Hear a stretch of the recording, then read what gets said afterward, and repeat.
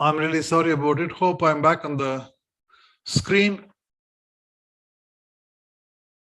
Yes, Yeah. sir. All right. Okay. This is where we left, I think. Yeah. We're talking about the leader as a person who can create a vision for himself or for the department, for everyone, and strive to take everybody along with him and make them succeed and realize the vision that he has made. Now, we have gone through several definitions of the term a leader. To recapitulate whatever we said leader is one who leads others, one who is a guide. He has followers.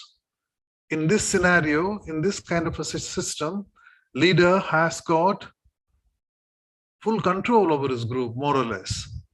He is the think tank. He is the reservoir of knowledge. He has the ideas, others are following. I'm sure this is one leadership style. I'm not saying that this is leadership. I'm just saying that this is a leadership style. We have to be informed of different leadership styles, and then you'll know from the way I take you through which one is something that we should be imbibing for ourselves. Second one was, you said, he manages and directs resources. A good leader in an organization is able to understand all the facilities, all the resources, human as well as machine resources, and exploit them fully for attaining the goals or the vision of the department or the institution. The third kind of a leadership style is to work as a part of a team. You play the part of both the team player and the team leader, which I think is a better model. You are interested in making every other person in the neighborhood, in your department or your institution, also leaders in their own area of operation. But these individual leaders will contribute to your leadership. You have the leadership in you where you grant the autonomy, you grant the freedom, you grant the individual freedom of every individual. At the same time, you are able to make them work and take them along with you with confidence and enthusiasm. And leader is one who can actually create good visions for the office. What can we do in future? Vision in the sense, most of the institution may have one vision statement, but here I'm using vision in a larger sense of the term, where at any point of time we can have, in 5 years from now, where should we be moving towards? In 10 years from now, where we should be moving? So the style that we would be advocating today is a leadership style where we are more democratic. I would come to this idea of a democratic leadership later in my talk, the next part of the talk. But this style of leadership is one where it is participative. The leader is not the by-all and end-all of everyone. That will be anarchy. That will be a rude brute force. We are taking all the people around us towards a particular goal. At the same time, it is not to be misunderstood that each one can do whatever they want to do. Sorry, you have told us that everybody is a leader, everyone should do what they do. I'm not saying that everyone is a leader, everybody can do what they do. Every human being has got the leadership trait in him. There is no point in making him an absolute subordinate and one person rides over him. He has to follow like sheep, the leader. Instead, recognize the leadership quality in him. Let him think for himself and be a leader. At the same time, you as the leader, guide these people towards your goal. If they do things independently and do something different from the main goal, which the main leader has, then it is not okay. If it is going to be many leaders are contributing to, for example, we can now think about India itself. The Prime Minister, I don't want to refer to any persons, nor am I referring to the present Prime Minister. I'm not sounding I'm not drawing any political parallels here. Hypothetically, he is leading the country. And there are leaders in every state. And every state again has got several leaders in the form of district collectors or in so many different ways, ministers. A good leader is one who is able to recognize the independence and the individuality of all the people who are contributing to the main cause. At the same time, take everybody with them and take everybody work for his trade. I do not know how much clear my idea is. We are not being power type. We are not going to be anarchic. We are not going to push our ideas on everyone. We are trying to use the capacity of everyone towards the goal that we have in mind. At the same time, if anybody in the group is going astray, is misunderstanding our freedom and doing something different from what we want them to do, then we will be able to interfere, educate them, and bring them forward. This is the model that I think is one of the best models for leadership. Now, let us look at some of the traits of a leader. We try defining what is leadership. Now, who is a good leader? A good leader displays integrity. What is integrity? It's a virtue, a sum total of many qualities: honesty, sincerity,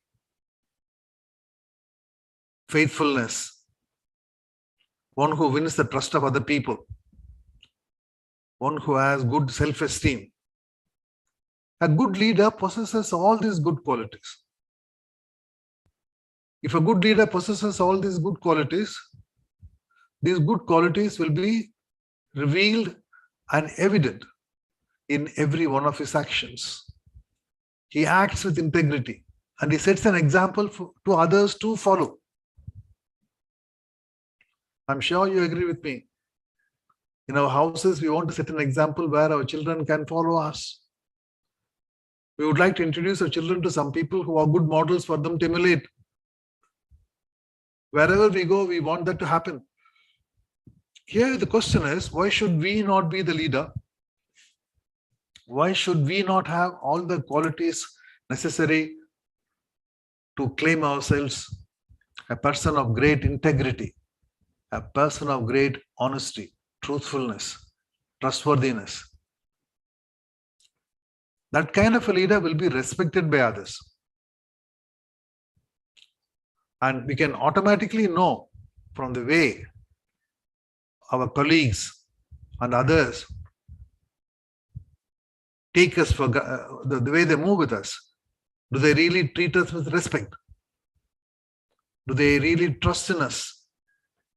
If they don't, then there is no point in blaming them. We have to look inward and see what has been responsible for not having been able to win their trust. Why is that person not respecting me? Instead of saying that that person doesn't have respect for anyone, let us positively think that every person has both the good and bad qualities. We have not been able to win his respect. We have not behaved in a fashion where we deserve his respect. If we think that way, we will be able to correct ourselves, because no man is perfect, and we will be able to win his respect. And that would be a good trait for a leader. And a good leader, a person of integrity, also holds very high values and practices the same. High values means, what are the values? Honesty is a value. Punctuality is a value. If a leader always comes late, Dr. Alok Chandra raised hand.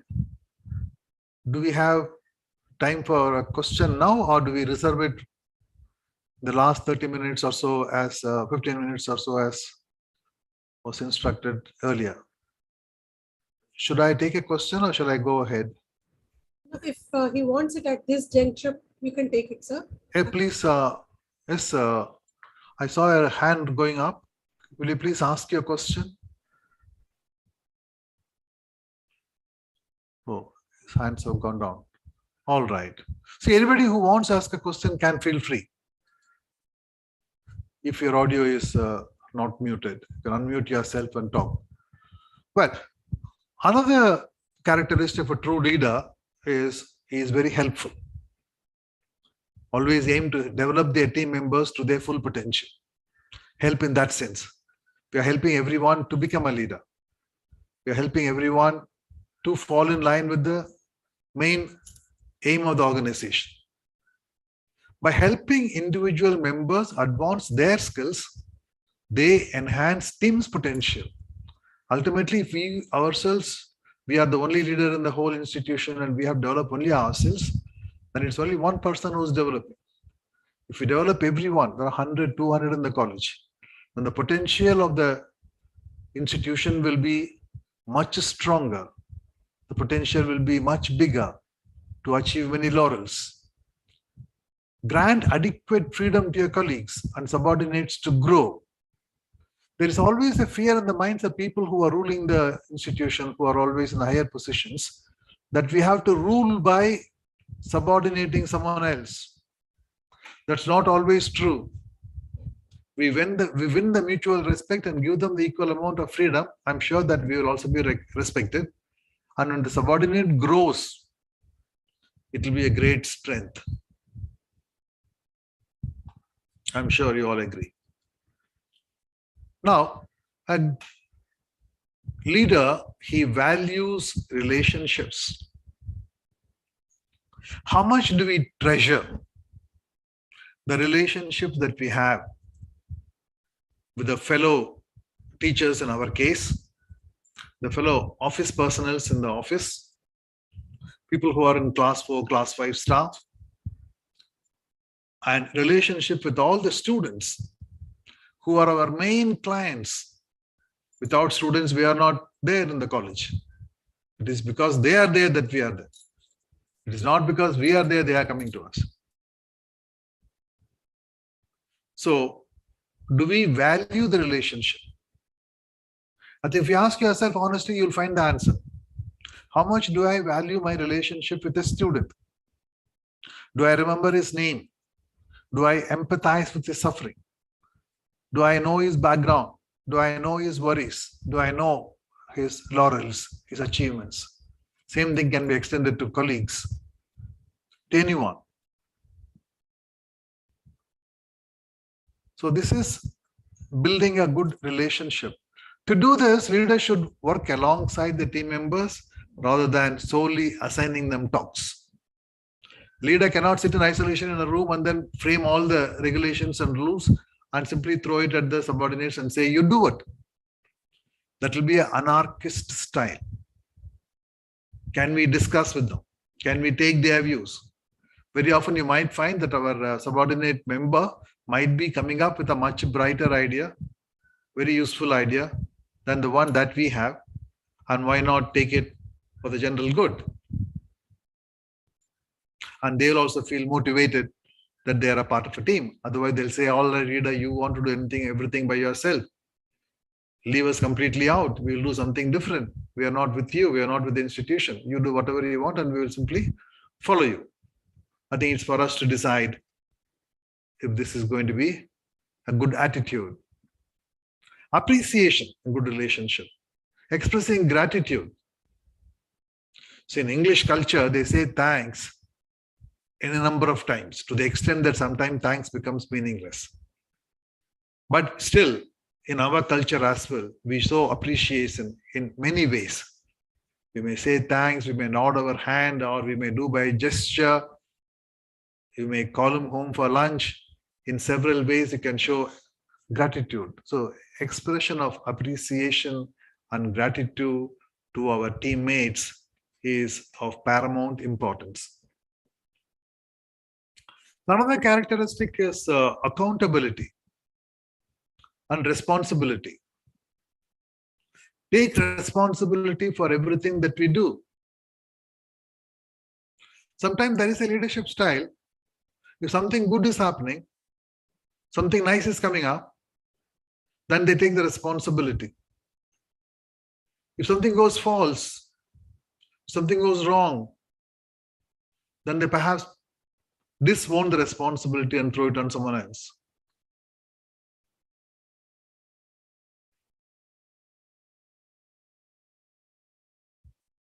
So accountability and responsibility, they are two very big terms. It can, in fact, one can talk about that for an hour each. So I think it should be deep rooted in our mind that we should take responsibility for all our actions, for all our talks, for everything. If we take responsibility for all our talks, then we will not talk loose. We'll be careful. Very often our tongue is the one which really puts us in a position where all the leadership qualities are gone. Later we'll be talking about how communication skills, our speaking and leadership qualities are extremely related. Being accountable also means a good leader also can accept his mistakes. I'm sure many of you in your classes, when you are teaching in a class, sometimes you might forget a concept. You might not be able to answer a student, or you might have also done something wrong on the overhead projector or the blackboard. To err is human, but to recognize your mistakes and come out of the mistakes and accepting them is not at all a shame. It is in fact a mark of integrity. So create an environment that values accountability, that can improve performance and trust among team members.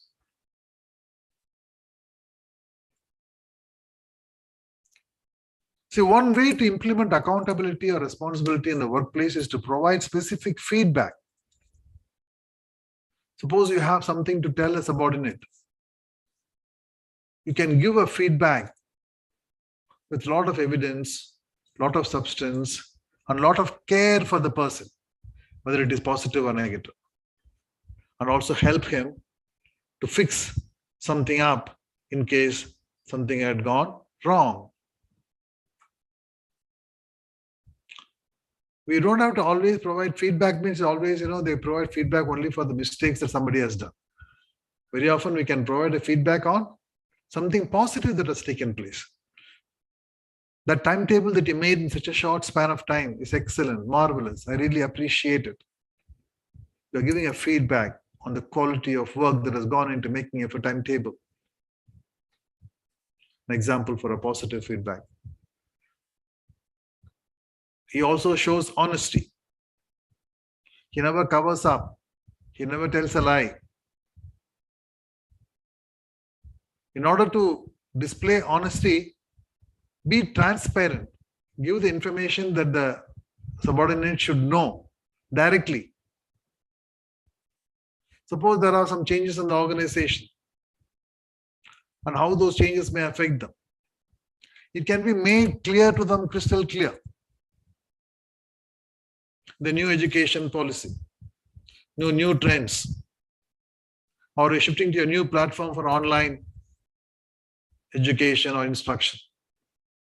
Everything, let us make it very transparent and be honest about what we do. And another important trait of leadership is active listening. Today, it is said that nobody listens. Everybody listens to the earphone, which is hooked on to the mobile or laptop. We see people talking to themselves on the road. We see people talking to themselves in the restaurants, in the houses. 5 people are sitting in a room and each one is talking to somebody else outside the house. Nobody is talking to the person who's sitting in front of him. Therefore, there's no listening. Well, that is a kind of a practical joke, but you all know active listening means our ability to listen and understand everything that has been said. That is only the first level. A level above understanding will be you are able to conceptualize. You are able to compare, contrast, analyze. So listening is not as simple as we think. Listening is more difficult a skill than even speaking. How many of the students listen to a class, at the end of the class, retain anything in the mind that they had listened in the class? Students who have been able to do that are the successful students. People who have made notes, and by looking at their notes, the notes, they're able to recall the entire class. They have listened to the class. Unless they listened to the class, they wouldn't have been able to take proper notes. And as far as we are concerned, whether a student is coming to talk to us, or the principal is talking to us, or a colleague is talking to us, after 5 minutes, you go back and ask him, what did you say? You came and told us something. Very clearly shows that you've not been very attentive. And active listening has to be very seriously practiced. 100% concentration and focus. So a leader should always hear what the employees have to say. They should also let employees express their thoughts without interrupting or judging them. In case if you want to listen, you should also allow another person to speak. There are some people who would like to go on talking and don't allow anybody else to talk. A good listener also makes an effort to understand and empathize. Empathize means to feel, sympathize with the other person's thoughts and feelings. A good leader also promotes a vision, a goal, a larger picture.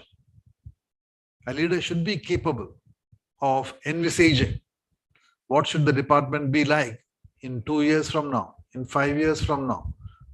What should the college be like in 5 years from now? For a minister, how should this particular portfolio, transportation or industry or whatever it is, should be different from what it was last year? That is a vision. If we don't have a vision, then we simply pull on with whatever is happening and nothing new happens. There is no growth. That is not the trait of a good leader. A good leader is always a visionary. We always say Gandhi was a visionary, Nehru was a visionary.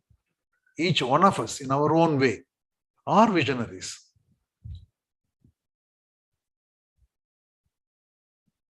Whether it is your own goal or company's goal,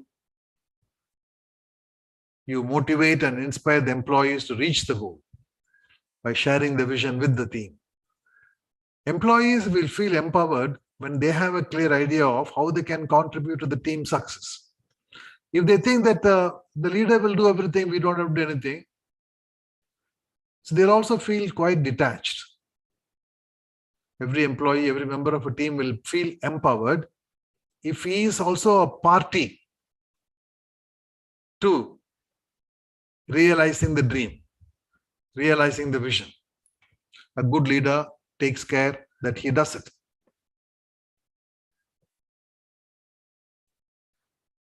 A good leader also displays courage. He's not cowardice. He's able to stand up in difficult situations. Sometimes there is a possibility, there is a conflict, there is criticism. But a good leader is unafraid. If he has integrity, if he has done everything for the good of them, there is no need to feel diffident. There's no need to feel a sense of loss of courage. So people around us also respect us if we act with confidence and courage all the time. If they come to know that we don't have the courage, we are quite flexible, we'll change at the smallest instance, then we gradually lose respect from the subordinates. So possessing a strong set of values and a clear vision helps a true leader remain courageous through the change. Now, this is an idea of democratic leadership, which has already been spelled out. I have actually taken it from one of the articles in Harvard Business Review. It primarily talks about participative leadership. There's no leader who does not recognize the leader in the other person. A good leader will be able to perceive that his team member is also a leader and will be able to use that trait in his subordinate for the common good or for realizing the common goal of the department. And secondly, he talks about two basic lessons. One is people are complex, people are different. If a leader expects the people to be one type, I cannot gel with this kind of people. I can gel only with this kind of people. If a person would make that statement, that would mean that he is blind to the fact of, is blind to the reality that people are complex. People are different. No two people will be the same. But we as leaders should be able to take everyone with us. Even all the variations, all the differences that people may have, doesn't matter. We should be able to take them with us. Human beings do not respond to just the carrot and stick. Carrot and stick type, all of you may know, it is reward and punishment. A straight-jacketed approach. But we have people who may not come under the carrot and stick type. They are of multifarious personality traits. One person may find satisfaction in solving intellectual problems, but never be given opportunity to explore how that satisfaction can be applied to business. Another may need a friendly, admiring relationship, and he is also not given that. He is constantly frustrated by the failure of his superior to recognize and take advantage of that need. In other words, what we are saying here is a little bit complex. What we are saying is a good leader understands that people are different. All the people cannot be the same. But he does not dismiss one kind of people and likes only another kind of people. He has to be objective. He has to be impartial. He should be able to take along with him all kinds of people, whatever type they may be. If a leader is not able to take people like that after him, then it would mean that he lacks the leadership to tackle certain kinds of people. On a daily basis, we come across so many people. When you go out in society, if you're driving a vehicle in your Hyderabad roads, each person with his own temperament, you know how they drive on the road.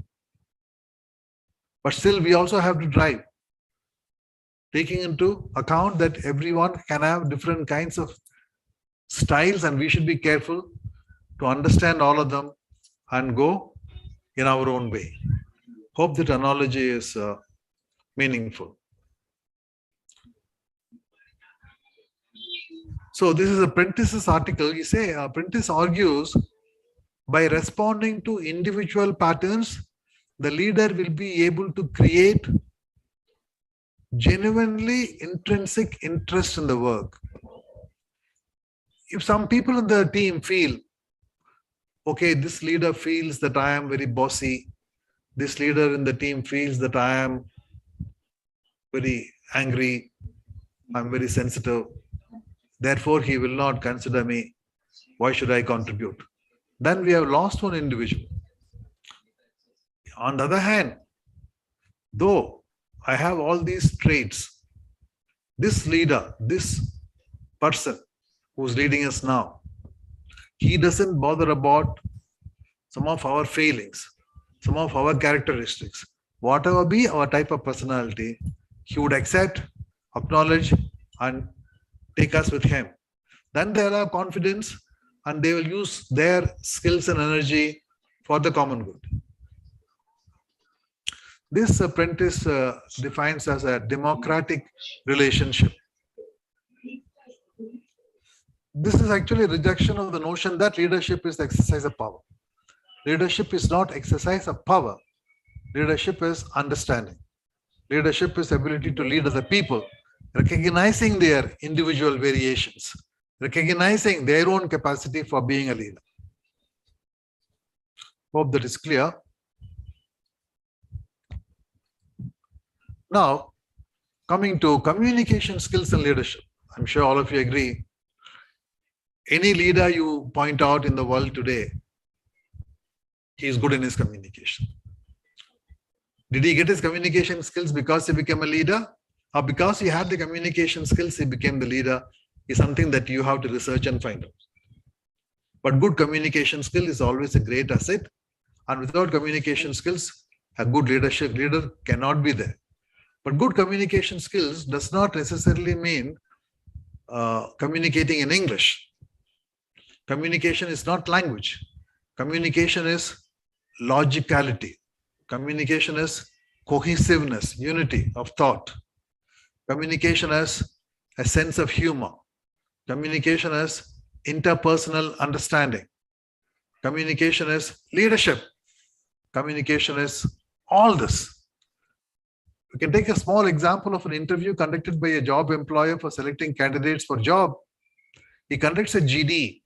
He's not looking at the grammaticality of the productions. He's not looking at the mistakes made in English. If you see the criteria, from the speech, he tries to understand whether he is a leader, he's honest, does he have good interpersonal understanding, does he have a good sense of humor. So we are trying to understand lots of human qualities from communication skills. So leadership is also one where these communication skills play a very, very important and vital role.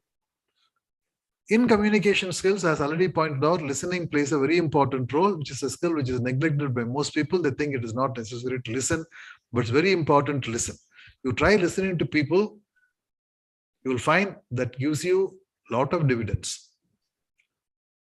You acknowledge what they are saying. Make sure you understand it and confirm your understanding. Otherwise, you won't speak.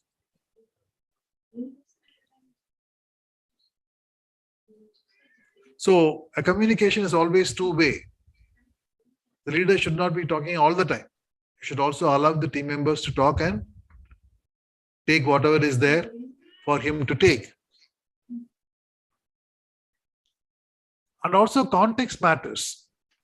Nowadays, people communicate on a text message, a kind of a message that cannot be texted on a particular culture. Or they communicate on an email. There are certain pieces of communication which has to be done face-to-face. There are certain kinds of communication which has to be done over a telephone. There are certain kinds of communication which can be done something else. All right, during the pandemic time, we did all our education online. That was by circumstantial force. We are talking about normal situations. It is important for us, particularly now, who have got different kinds of channels to communicate any idea. We should know what can be done. You cannot text the principal and say, I'm coming 1 hour late tomorrow. Unless otherwise, you're also a very big senior and you're very close to him. Well, I think this is common sense and all of us understand.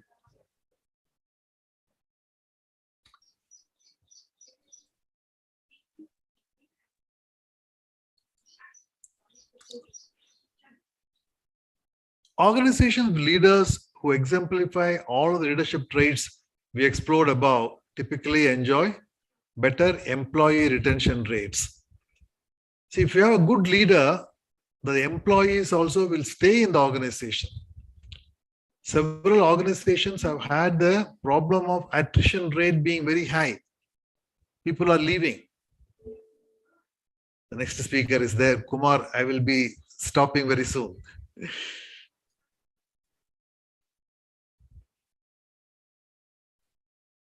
Now, I just sort of summing up, throwing a few words which would sort of buzzwords which will help you capture some of the things that I've been talking to you about in the last 1 hour.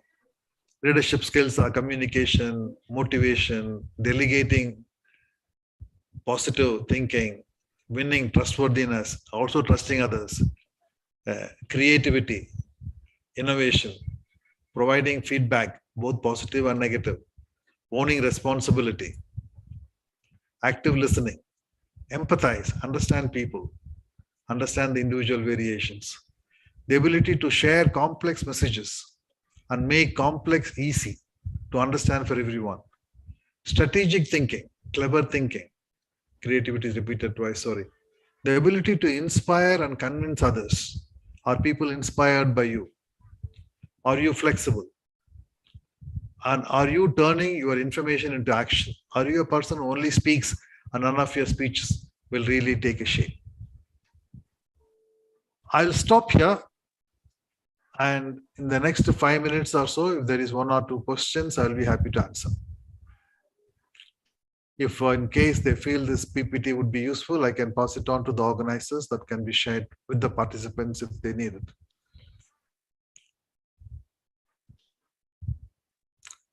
I am done now. Yes, sir. Thank you, sir. Thank you for the enlightening session. There are a few questions from the participants, sir. Yes. How can human capital, as in especially students, can be developed holistically so that they are capable of becoming leaders in all walks of life? Okay, one answer that comes from my talk is, we recognize the individuality of each student. We recognize that every student is a leader. We recognize that he needs as much respect as he should respect us. If we go with that attitude, if we are good leaders, we'll definitely be able to maximize the potential of the student. He would then become a very, very valid human capital. But on the other hand, if we discourage him, if we think that he's young, therefore we know more than him, and we don't trust him, we think he's after all a student, we don't respect him, then we are actually killing all the qualities in him which could have been blossomed. So a good leader, a good teacher is a good leader. He will be able to tap all the potentials by recognizing all these merits of the students. Thank you, sir. There's one more question, sir. Yes. Which leadership skill will be useful in facing or solving crisis? In solving a crisis, our ability to analyze the problem, our ability to see what would be the best solution, your capacity for perceiving the solution is a skill that a leader would need. And sometimes this would be necessary in a very short span of time. You might have to take an instant decision. That is what makes a leader different from others. He has got that sharp sense of intellect and experience which will enable him to take the problem, analyze it, make it threadbare, and find out what is the best solution possible and not leave it ambiguous and unattended. We have to take a decision, good or bad, a decision has to be taken. So leader's capacity for analyzing a problem and finding a solution is the skill that he needs. Thank you, sir. Thank you very much. I would like to propose vote of thanks, sir. Thank you. Yes, thanks, sir. On behalf of AB College and the organizing committee, I thank today's speaker, Dr. Thiruvenkataswamy, for his valuable time and expertise. Your insights on this topic helped us understand the definition of leadership. Indeed, a good leader is the one who displays utmost integrity and makes everyone realize true potential. Words that said a true victory of the lies in the success of the subordinates is going to be a takeaway from the session that I'm sure the participants more responsible and aware. Thank you, sir. Thank you once again. Thank you. I thank all the participants for being present and please stay with us for the second session. I now hand over the mic to my colleague, Ms. Sanya. Over to you, ma'am. Thank you, Shirisha ma'am. Thank you, Dr. Thiru. It was Thank you. good to see you. Same here. Very happy to see you. Yeah. Shravana Kumar. And in fact, you have set a platform for me. Thank just you so to play. much. Thank you so much. Good evening, sir. I, Sandhya from MBA department. It's my privilege to welcome Kavi Dr. Shravan Kumar, resource person for the second session of 5-day faculty development program. Kavi Dr. Shravan Kumar is a Hindi poet, by passion a writer, and by profession a professor of communication. Dr. Kumar is a professor and dean, School of Liberal Arts and Dean Student Welfare in Uttaranchal University. 13 books are in his credit, published by Cambridge University Press, UK. 7 patents and 2 copyrights are achieved for his innovation and creative approach. He is the National Vice President of English Language Teachers Association. He was awarded with the Teacher Excellence Award by UGC in 2020. He gave more than 100 plus lectures as resource person in national and international seminars, conference, workshops, and webinars, and organized more than 25 international academic events and 350 plus extracurricular mega events. I welcome Dr. Shravan Kumar sir to enlighten us on the topic personality mentoring and non-verbal communication. Now I am handing over the session to Dr. Shravan Kumar sir. Welcome, sir. Thank you, Dr. Sandhya, for your kind words. And I would like to request all not to go with her words. Like you, very similar to you. Let me share my screen with all of you. Is my screen visible to all? Yes, sir. Is it visible to all of you? Yes, sir. Yes, sir. Am I audible enough? Yes, sir. Okay, that's great. So,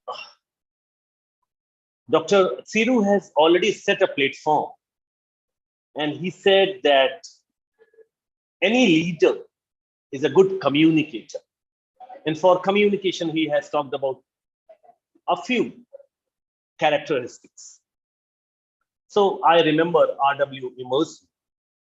He mentions that what you do speak so loudly, I cannot hear what you say. So today, for this 5 days FDP, second last day and last session, I would really like to thank AV College of Arts for providing me this opportunity to talk to all of you. I'll try to have a kind of interaction with all of you because it's a non-verbal communication. And before I go ahead, may I please request all of you to please turn on your cameras, because this is the most important aspect of any communication, that too NVC, non-verbal communication. One should know whether you are listening to me or not, you are attending it or not. And apart from this, your facial expressions will definitely help me in letting you know whatever a little I know. So thank you, Dr. Suresh. Just for a minute, I don't want you to keep kept this camera on for a long time, but I want only for a few seconds by which I can see who else are attending me and to whom I'm talking. That is the basic need of non-verbal communication. I hope you all can understand why I'm troubling you. Thank you, Dr. Vidyalata and Dr. Shraddha. Very quickly, please. And if you're not at all interested and not in a mood to turn on, then it's okay, hardly matters. Just to connect a rapport, because non-verbal communication cannot be done without looking at your non-verbal cues. And this is one of the examples, one of the importance of non-verbal communication. Thank you, everyone. Those who can turn on their cameras, those who could not, no worries. Let me begin my session now. So in the chat box, can you all please write? See, you can start from here. 1, 2, 3, 4, 5, 6. There are 6 faces. And it's a very common photograph. Can you please write down 1 represents what, 2 represents what, 3 represents what? Can you write down in the chat box? It will help me to tailor my presentation accordingly. If you all are aware, my work is done. I don't need to tell so many things to you. So I'm waiting for your calls, for your messages.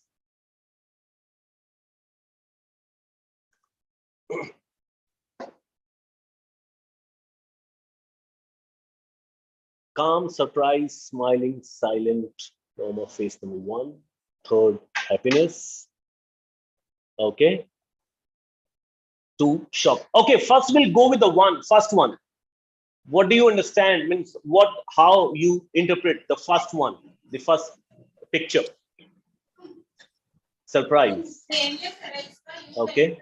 Calm, surprise, smile, shock, confused. Calm.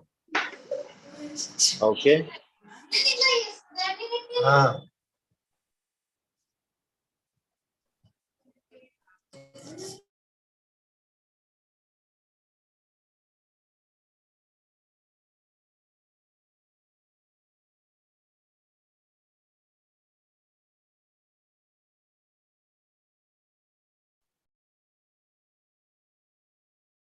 Great.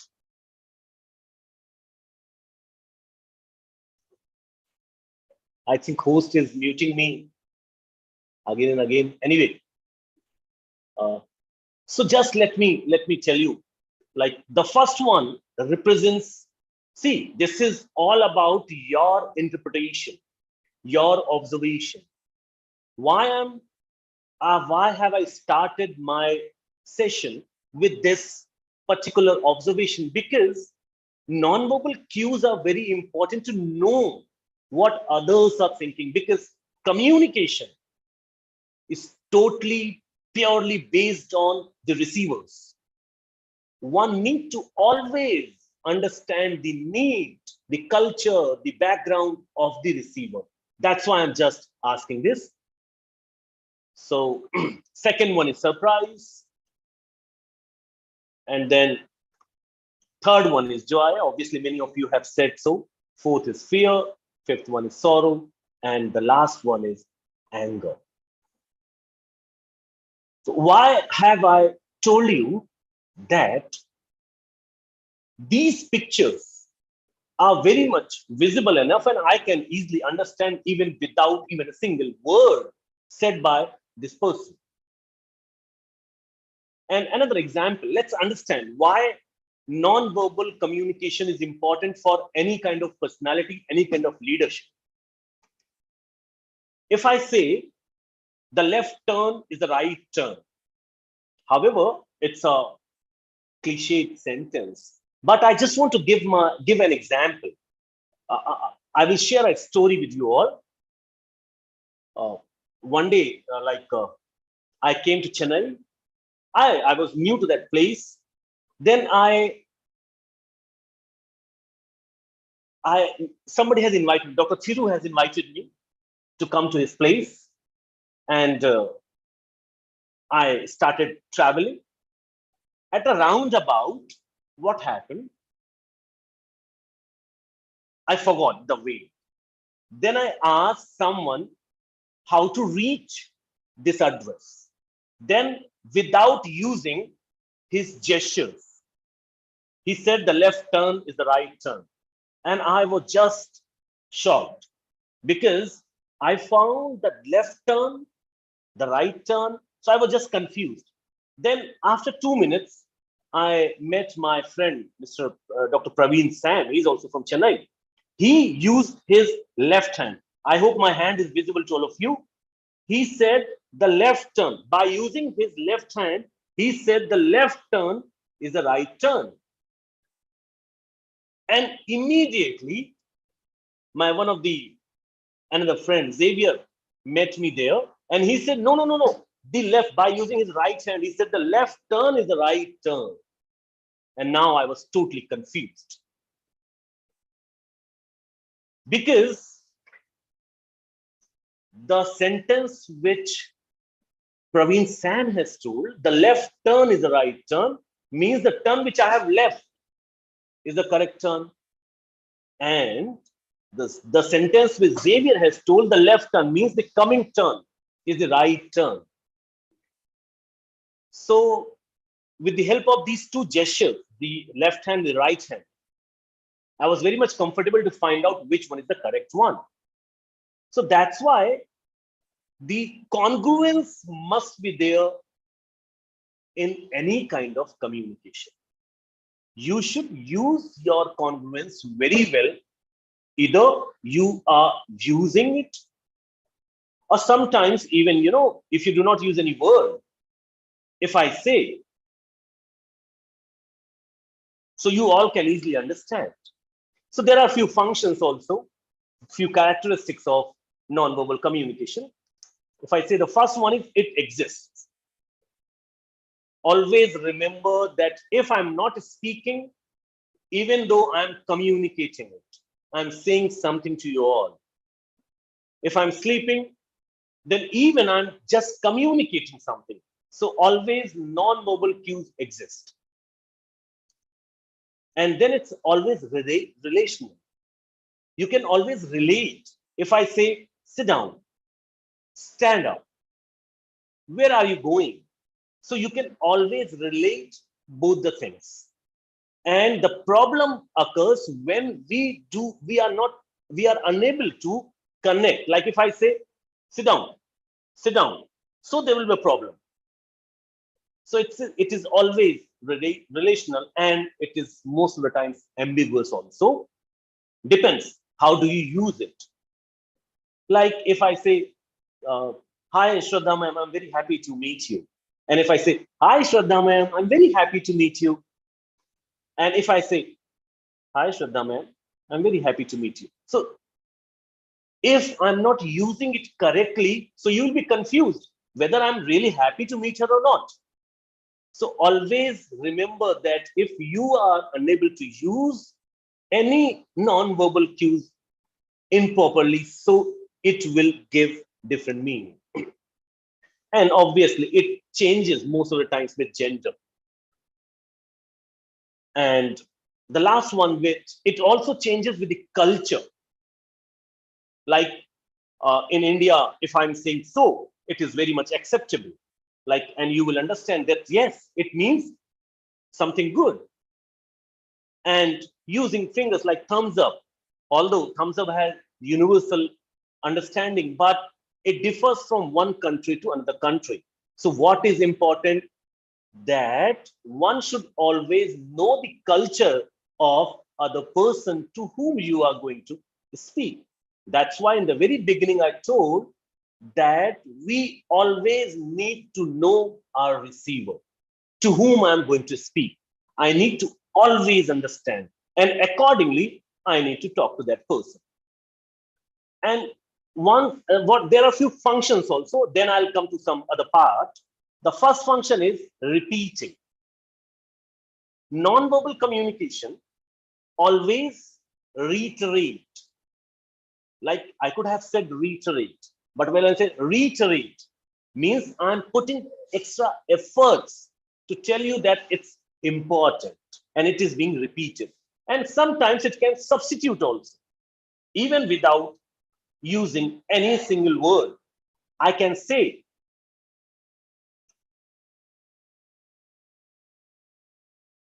and I hope you all can understand that I'm unable to listen to you. So it can easily substitute also. And then it complements. Complementing, and this is most important function of non-verbal communication. Like I have given you example, Shraddha ma'am and other Vidya ma'am, others other than Thiru. I'm really, really happy to meet you. But my facial expression is saying something else. So how can you understand that what I'm saying is getting communicated to you? So that says, always maintain a congruence between verbal and non-verbal communication. And then it's accented, like it gives an edge, a push for the better understanding for any kind of conversation. And it also regulates. When we say accenting, then it regulates also our communication, like regulation in terms of voice, paralanguage also. You know that I'm not going to discuss all these tricky terms. And And the contradicting also. Sometimes it contradicts. Like I give you example. If I'm not using my facial expressions or my gestures properly, so it can contradict you. And it can deceive also. As you know, most of the people, means I believe every person masks his or her life. Everyone is living with two lives. So you can deceive others very well. Like I'm not happy from my heart, due to my one of the problems, and somebody comes, so I need to smile. Oh, welcome. How are you? So he will unable to understand that I'm happy or not. So you can deceive it. And above all, while using non-verbal communication, one should always be very, very sincere. If you are not sincere in using your non-verbal communication, then definitely things will not fall in place. In fact, if there are students in the meeting, so they should also understand that when we are going for any kind of interview, so your appearance is very important for understanding your confidence level. That's why teachers usually say, please keep your confidence high, and so on. I'm not going to talk about the interview skills, but please remember to use non-verbal cues very carefully. Then, what comes under non-verbal communication? The very first thing is kinesics. If we acronym it, so it is COPPACT. KOPPACT. The first K stands for kinesics, and it is the study of body language, in which gestures, movements of hand, posture, movement of your body, facial expression, and facial expressions. So these three things we majorly observe and study under the kinesics. I'll give another example also one by one. Let me finish first COPPACT. Then second one is oculexics, the movement of eyes. Eye contact is really very important for any communication. Like that's why I asked you to please turn on your cameras. Just imagine that you are sitting in front of me and I'm looking at there and speaking to someone. I'm speaking to you, but looking at somewhere else. I hope it will not work at all and you will not understand what I'm saying. But if I need to talk to you, in that case, I need to maintain proper eye contact. And while maintaining the eye contact, if you are in a classroom, you can divide your audience into three parts. Just imagine like your classroom is like this from your eyes. And in that case, you can see, means you should accommodate yourself from where you can look at each of the audience. Obviously, for a presentation of 60 minutes or 50 minutes, you cannot maintain eye contact with each one of them. But yes, you need to maintain, like it should appear that you are looking at them and you should take some cues from them.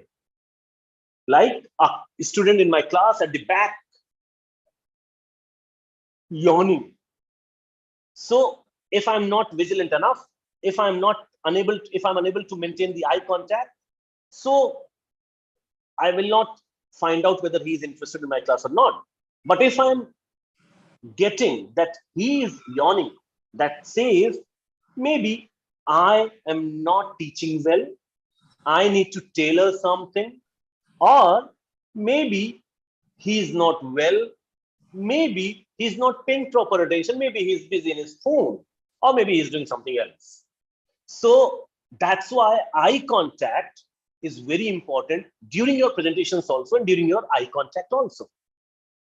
And the people, those who have lived their ages in 80s or 70s, they can connect with the movies. If you have watched movies where actor or actresses used to send the letters, exchange the letters, Then when they were reading the letter, so you could have found that on the letter, the face was there, means the eyes, the connection. It was appear in the movies also. So eye contact is very important, but I would like to caution everyone, do not stare anyone.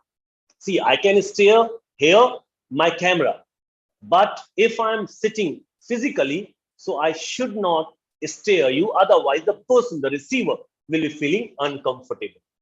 So one should try to maintain eye contact. And the third one is paralanguage. Para, beyond the language, in which your voice, your tone, intonation, your pauses, these things matter. Like if I'm speaking very loudly without taking any pause, so what I have spoken, you could not understand well. I need to go with the pace of audience. We say that the standard rate of speech is 130 words to 140 words in a minute is appropriate enough for anyone to understand and to speak. Do not go too fast until unless it is required. However, you can always change or modulate your rate as per the need. But do not, and once you are modulating it, sometimes slow, sometimes neutral, sometimes very fast. So these are techniques to connect with the audience well also. And then proxemics. Like proxemics is a space between audience. And this is really very important to understand the space, because if it has been divided into 4 parts also, like there are 4 types of space languages, in which the first one is intimate space language, second one is personal space language, third one is social space language, and the last one is public space language. Just imagine when you are talking to your friend. So in that case, what is the distance between you and your friend? When you are talking to your students in your office, then what is the space? And when you see any minister, any author, any great personality, so there is a protocol of a space. You cannot cross that space. It conveys so many things. So the individual means from person till 1.5 feet comes under intimate space language. You can come closer till 1.5 feet. And once you start maintaining distance from 1.5 feet to 4 feet, then it is a personal space. Like I can talk to my colleague, I cannot be intimate with my colleague. I can intimate with my son, with my daughter, with my family members, with my relatives, but the personal space can be from 1.5 feet to 4 feet. And when we are in the social, we are meeting first time, or maybe we are unaware with each other. So the best place for conversation is from 4 to 12 feet. Then this space is will come under social space language. You must have seen, like during the meeting of bureaucrats or the politicians, the prime minister of 2 countries. So you must have seen the chairs are kept in that distance just to showcase the proper protocol. And the rallies, you must have seen many rallies as of now during these elections. So a leader, a politician, or the actor or the performer, the great performers, there is a barricading, and the space starts for their conversation after 12 feet to 16 feet, from where they can see you comfortable. That is all, and they will communicate on mic. So space also play very important role because, it is easier to invade the territory of lower status personnel. You can hug your friend, but you cannot hug the vice chancellor of your university. So that's why we should know the space language to use it, because and even you must have seen the vice chancellor's office, then pro vice chancellor's office, then head of the department's office. It has been categorically defined just to provide a kind of distance which we need to understand. And we can very well understand what kind of conversation, what kind of communication I need to find out. And I cannot talk to my vice chancellor very personal things. So space always provides you the information also beforehand that what to talk, what not to talk. Then artifacts, the appearance, the objects, like when I'm talking about non-verbal communication, so you can see my slides in a different way, not very different way, but in a different way, just to attract my audience, your appearance. Because one should always know what to wear and where he or she is going. I cannot go to beach with my suit, and I cannot come to my classes with the shorts. So these kind of things we need to understand while understanding anyone's attire, decor, or the anything which you are using for the presentation or for the conversation. And then chronomics, the management of time, how to manage, like the speaker before me, Dr. Tsiru, he has completed his presentation by around 4:53, and he took 3 or 4 questions just to finish within an hour. It has been instructed to us, all the speakers, that you can talk about 50 to 52 minutes, and then you need to take 5 to 10 minutes question. So you need to tailor always your communication, conversation, or the presentation as per the allotted time period. Time is very precious. I don't need to discuss much. Then tactiles, the touch. This is very important because touch represents so many things. Even people say touch therapy works in better communication. Like if somebody is in problem, maybe one should not, but if somebody has lost someone and you go and tap his back and say, don't worry, dear, I am with you. You are not doing or giving anything, but you are giving a kind of strength.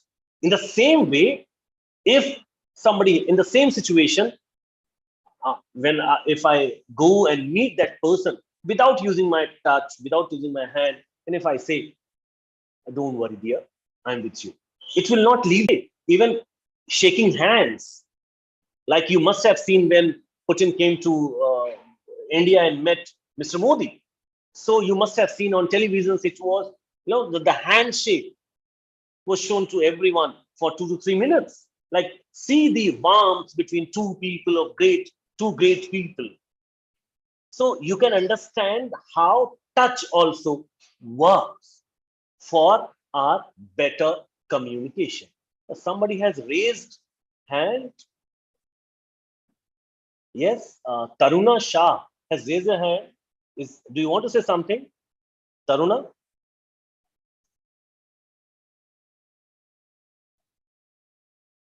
Okay, I think it was by mistake. See, again, this is a kind of understanding of non-verbal cues. Although during virtual mode, we need to look at our screen as we look at our in the classroom. If somebody has raised his or her hand, so I need to ask if I'm not paying attention towards any cues. So my class may go into the way. So I need to understand each and every cues. In the same way, during our personal conversation, professional communication, or anywhere, one must know the why he or she is raising the hand. So it's a kind of good example. Taruna has helped me out to provide an example for me. And now, if I talk today, I'll not talk about so many things. I'll talk about the few examples of gestures. Few gestures are known as emblems, and it has a very precise meaning. Like, see, if I'm saying so without any using word, like, and these, like if somebody is sitting in front of me, I'm saying something like that. So I'm communicating. These are emblems in gestures. Then illustrators. Illustrators are the gestures which we use while speaking just to illustrate or emphasize what is being said. Like if I say, please come here. Oh no, if you say, do you want to have a cup of what? Tea? So again, oh, okay, a little bit. If, do you want to have a glass of water? Yeah, okay, just give it to me like this. And if I'm saying, okay, please call me. So these are the illustrators which we use as gesture.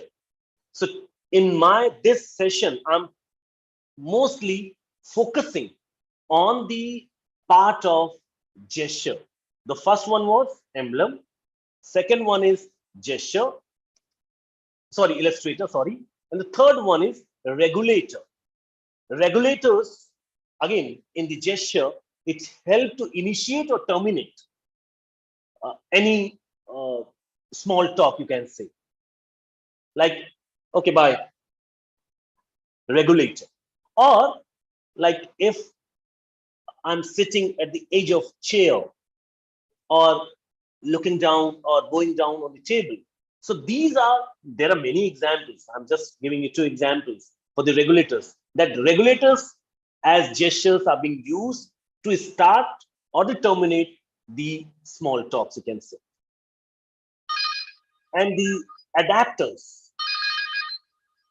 Adapters, you can say it is, self-touching behavior as to present something like, rubbing your cheek to understand, picking your nose, or to do something with your hair. Like, I think picture is not here. Anyway, and the fifth one is affect display. The expressions after communication has been expressed through your body. Like if you are speaking in front of these audience and you are tapping your feet, although I cannot see you, so it means it says you are nervous. And maybe if you are jingling the coins in the pocket, so that also says that you are nervous. Apart from this also, like if I'm sitting like this, like on the table, so tilted head, it says it can be interpreted like I'm evaluating something. And if my head is on head like this, maybe I'm upset or it is being bored. So these are few gestures which was used or which we use as affect displays, adapters, regulators, illustrators, and emblems. So again, these are affect displays. You can easily understand anyone's, although, however, it's the best example for facial expression, but the affect display, any one of the things can be easily understood by you all. So just to mention that when you are using non-verbal communication, it always reflects, because energy cannot be destroyed or created. If you are nervous, so you may visit your hand or hands covering your mouth. It may be anxiety or nervousness during your presentation in front of the audience. It can be easily assessed. So again, it is affect this kind of example. So I just want to mention that when you are using non-verbal communication, then please plan your gestures and body movements very purposefully. You need to plan, because when I was preparing this presentation, so I planned that, see, I will ask my audience to turn on their cameras. Even before the session, when I turned on my camera, then Dr. Tsiru mentioned that, oh, Shravan is here, I'm just going to wrap up the session. So these are the purposeful movements, without saying, without disturbing, to give some ideas to someone. So you need to always plan your gesture and body movements. If you are in the classroom, if you are in the presentation room, so one needs to always be at the center, from where you can see and look at each and every one. But if you are need to distribute something, so you need to move purposefully. So here I just want to showcase that when you go towards someone, so your face is towards like this, but please do not show your back. Don't turn around, don't move like this. In that case, your steps should be calculative enough. You should come back. Let me see whether I'm visible to all of you. I can just show. Like if I need to move towards this place, so I'm coming to you, fine. But if I'm moving back, so I should not show my back to you. In that case, I need to go back like this, by which I should always maintain proper eye contact with the audience. I can understand what is going on. Always your movement must be purposeful. And the second thing, when you are using non-verbal communication, so you should use it very natural to reinforce. Do not exaggerate it. Do not use without any use. It must be used naturally. Please remember that your non-verbal communication displays, showcases, or you can say it scaffolds your words. So please use any cue naturally. Do not make it artificial that you are laughing without any reason. It should not be done. And then the third one, too much, which I said, because shuffling of gestures and postures, most like when I try to show my posture moving towards you and then back, then it was distracting and annoying also. It may have. So always we need to remember that the required and the planned gestures should be used while communicating. And when you are communicating the non-verbal communication, so few because I heard that there are students also in the meeting, in this session, or the teachers from other faculty also. So I just want to mention that when you are using your non-verbal cues, then you should choose words also very carefully. The very first thing, you should always use very specific words and precise words. And apart from this, simple words, strong words.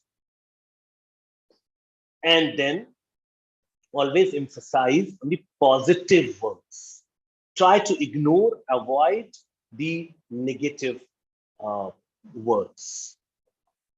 You may use positive things to communicate something negative. And cliched words should not be used. The words which we use in years ago, please do not use the overuse in obsolete words. And in communication, please remember, we must remember that we should not be gender biased or any biased language. I cannot say Tamil is best language. I cannot say Bhojpuri is the best language. See, every language has its own importance. That's why they exist. And we all are a kind of flowers to make a garland. So in that case, we should not be biased also towards the languages. Like, I'll give you an example. See, this is a best example for culture. Like, there was a meeting like this, and the person proposes that, do you want to be friends? Then she said, just friends, or Facebook friends, MySpace friends, Twitter friends, BuzzFeed friends. So the connection, that's why we say always know the receiver. And accordingly, you should use your gestures and postures. So these are a few words which I have given examples. Another example I'll give you. Like, can any one of you please turn on his or her camera and mic? Please tell me, what is it? Any one of you?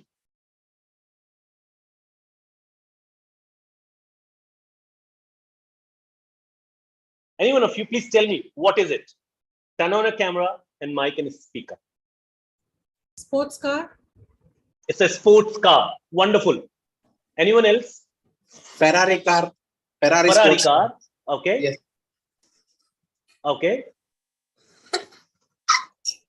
Anyone else? I believe you all can tell. What is it? Maybe racing car, sir. Maybe racing car. Okay.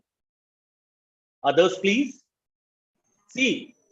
Yeah. It's an electric car, sir, by It's Elon an Musk. electric. Oh, it's an electric car. Great. Anyone else? Say it again, ma'am. Colorful, colored car. Okay. Okay. Any last one?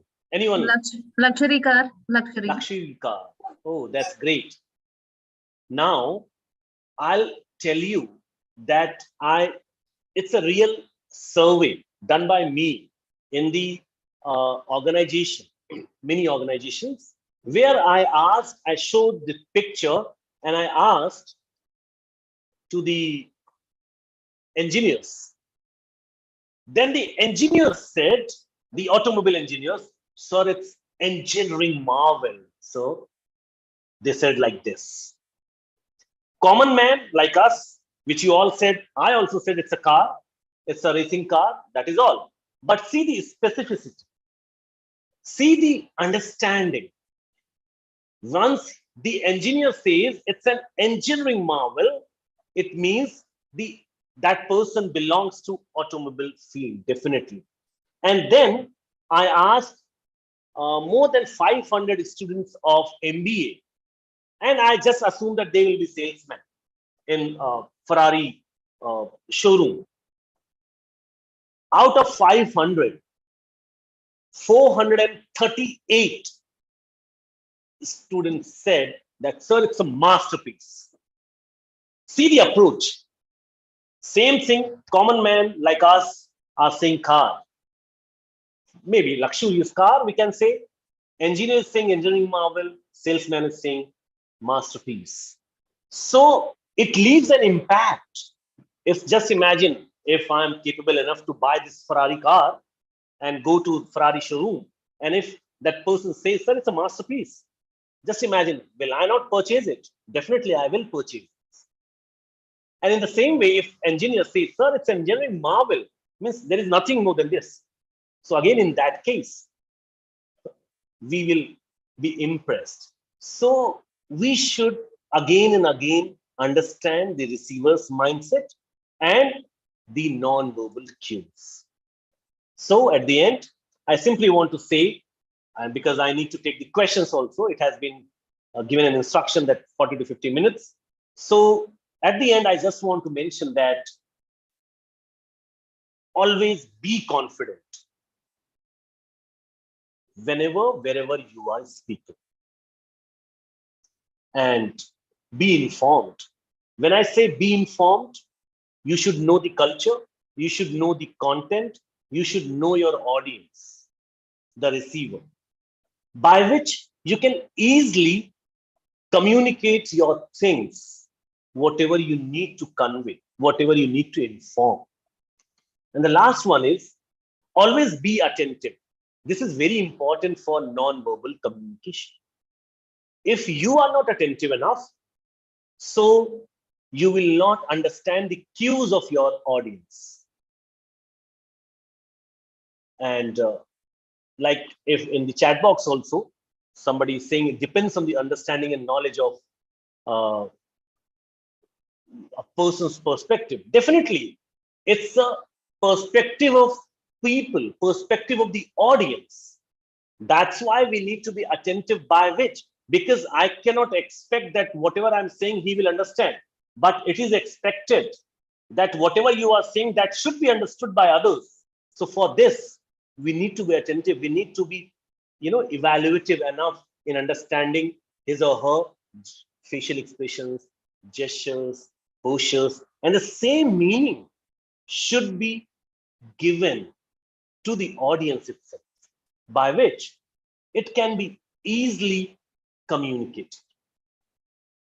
So if I say non-verbal communication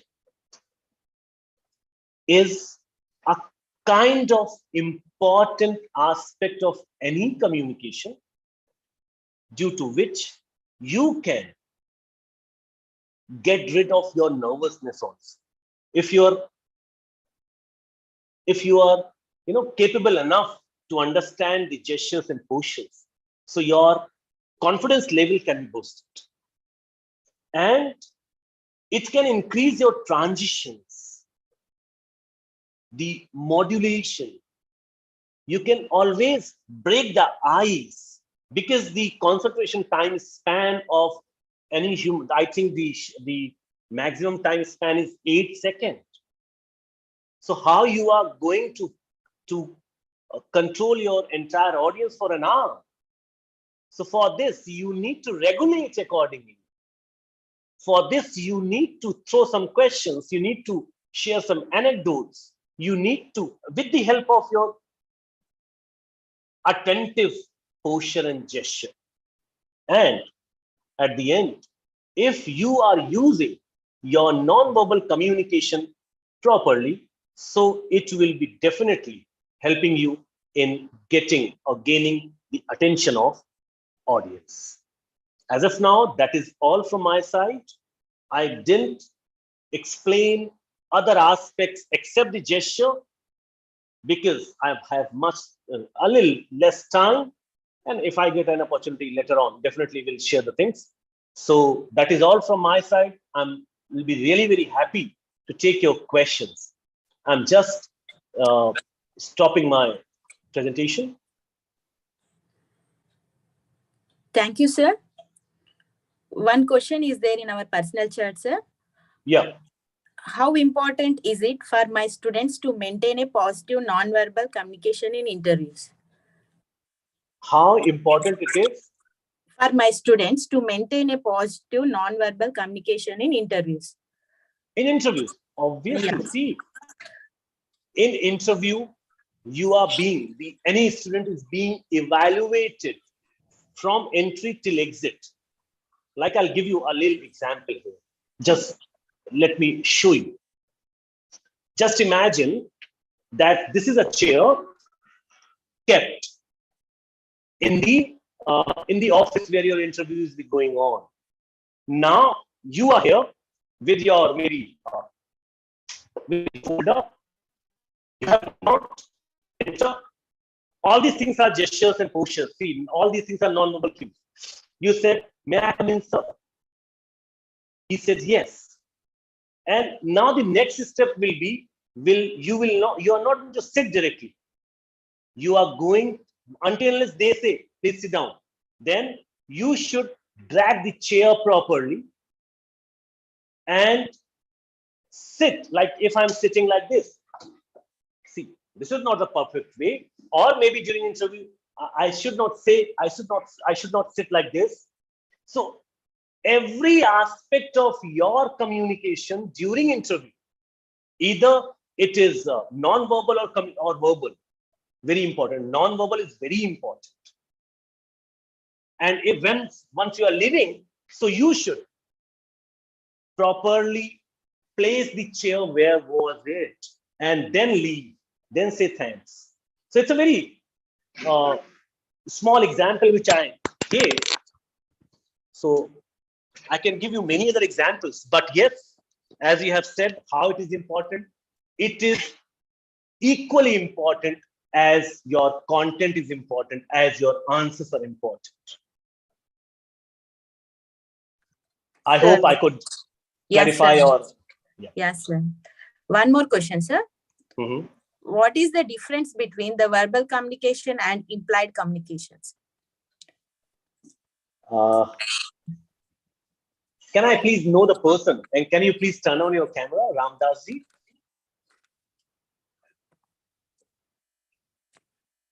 The example will be given. Difference between, Yeah, sir, please on the camera, sir. Verbal communication and implied communication. Yes, sir. That is the question asked. Yeah, when you were not on the camera, then I was simply saying, I was not aware whether you are listening to me or not.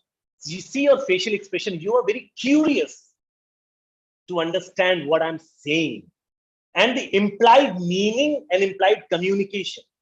If I'm using my non-verbal cues that with the help of this particular this, you can easily understand. So the meaning has been implied during your conversation. So definitely, this is the only difference, that communication, the words can be interpreted in different ways. But when we are using implied communication, so whatever I want to say, that you will have to understand, and you will easily understand that. That is the miracle of non-verbal communication. I hope it is clear, Ramdas ji. Yes, sir. Thank you, sir. Thank you.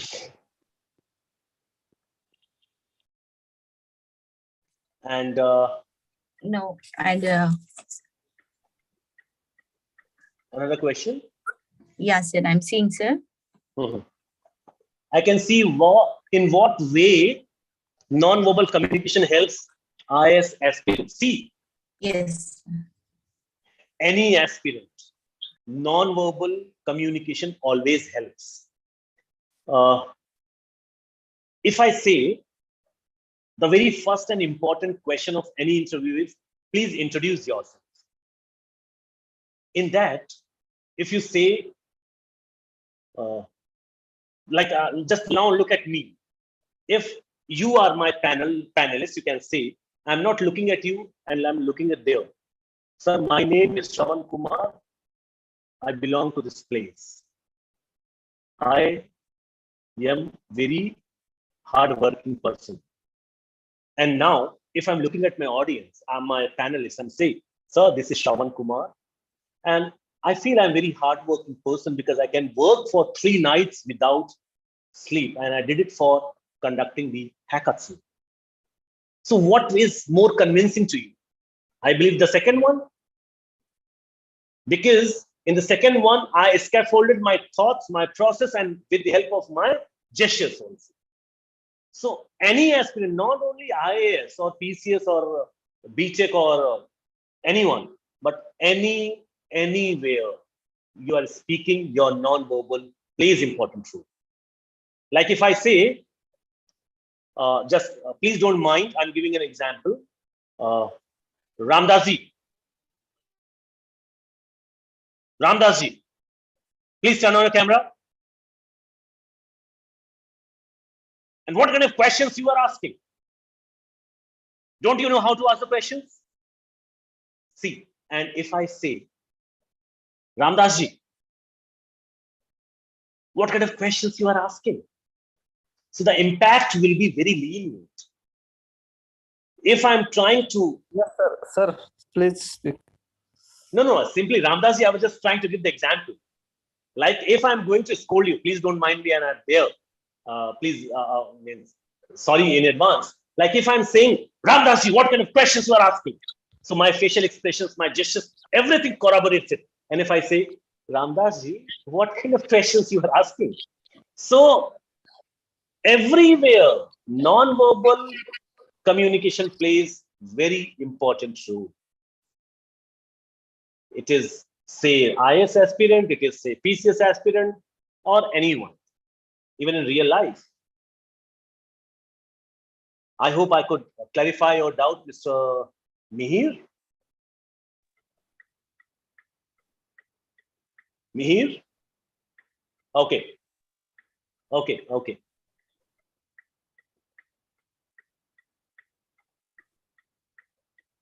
Any other question? No more questions, sir. I want to give the vote of thanks. Ma'am, just one more thing. Again, this Yeah. is, if there are no questions, so this is again a kind of yeah, Sureshji, yeah, please. Yes, yes. Sir, your presentation on non-verbal communication is really eye-catching, sir. The PPT that you have prepared and presented, no, sir? That is artifacts, sir. That is artifacts. Yes, sir. Of course, sir. It is. I just wanted to make this a complimentary note on your presentation, sir. Using all these slides, and they were, of course, kind of state-of-the-art technique. Maybe I can make these comments, sir. It is really wonderful, sir. This is how presentation should be, sir. I mean that you have done complete justification to this topic by the way using the PPT, sir. Thank you so much, sir. Thank Just you. a compliment, sir. Thank you, sir. Thank you. Welcome, sir. Good evening, sir. This is Shahida. Yes, ma'am. So the non-verbal communication so far, which we dealt in the classes, being an engineering faculty, there's a bit doubt, but now we got a clarity, complete clarity after you explaining with the help of a PPT, sir. Really Okay. thankful to you and great presentation, sir. And we are expecting one more session with you. Like it's quite interesting. Anytime. It's quite interesting, and at the same time, we can approach the same with the students. Sir. Thank you. Definitely. Anytime. Yes, sir. Yeah, if there is a session again, we just want you to conduct one more session. Definitely. Why not? Thank you, sir. Thanks a lot. Great presentation, sir. Thank you. So I wanted to mention that if people are asking more questions, means there are two clarification of non-verbal communication. If there are no questions, it means all clear. And if there are many questions, it means all clear. So this is non-verbal cues once again. Yeah, sir. Yes, ma'am. Okay, sir.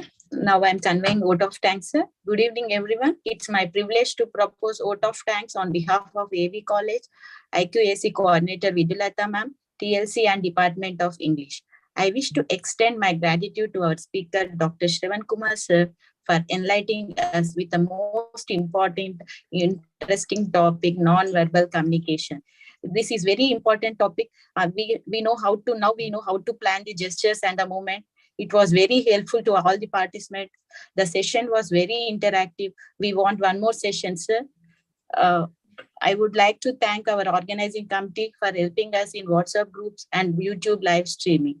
And I would like to thank our technical team, Vamshi sir, Chiranjeev sir, for supporting throughout the session. And I would like to thank all the participants for making the program huge success. And one more thing, sir, I want to request the participants to fill the feedback form, which is posted in the chat box and WhatsApp group. Okay, sir. Thank you, sir. Once again. Thank you. Can I take your leave now? Yeah, sir. Thank you, everyone. Stay Thank safe you. and stay blessed. Because now, again, COVID is coming towards us. So stay safe and stay healthy. Good evening, sir. Yeah. Thank you. Thank you, Shravan. Oh, Thank you. Thiru sir, thank you. Good evening, sir. Good presentation. We'll meet sometime. Thank you. Thank you so. It means a lot, Thank sir. It means a lot. Sure. Thank you.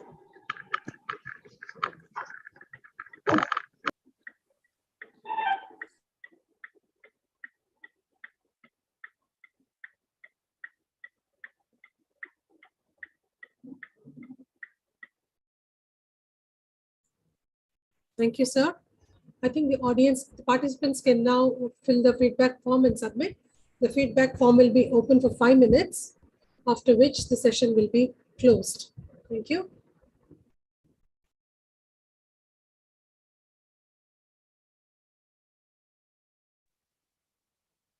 Hello, ma'am. Yes, sir. Ma'am, I'm Suresh. My number is not added in the WhatsApp group, ma'am. Could you please add my number, ma'am? Sir, numbers we don't add actually when you fill the form, the registration form and upload your receipt image, you will, Yes, there's a group will be appear there. You can join through that link. yes, ma'am. I did actually, ma'am. But the group, my number is not added, ma'am. Okay, sir. Can you just share your number here? Yeah, ma'am. I have shared, ma'am. I have shared in the chat box. Okay, okay. Sir. Thank you so much, ma'am. Yeah, we know, madam, we noted his number. We will look into it. Yeah. Excuse me, ma'am. Even my number was not added, ma'am. Even I selected there in the when I filled the form. Okay, just write your number here, madam. Yes, ma'am. But ultimately, we will just see the image of the. You can also send the image of the money you paid, madam. So that will be a confirmation. Okay, ma'am.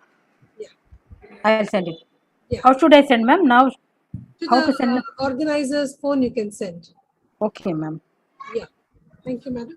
Okay, thank. Welcome, ma'am.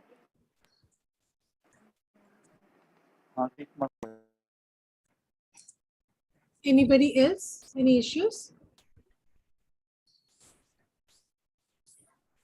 I think tomorrow is since tomorrow is the last day of the session. Request all the participants to join early so that we can finish off the session early. And participants will be given certificates in 4 or 5 working days. You will all definitely get, all those who have paid the money and registered, they will definitely get the money, get the certificate. Any technical issues, you can contact the organizers. Thank you.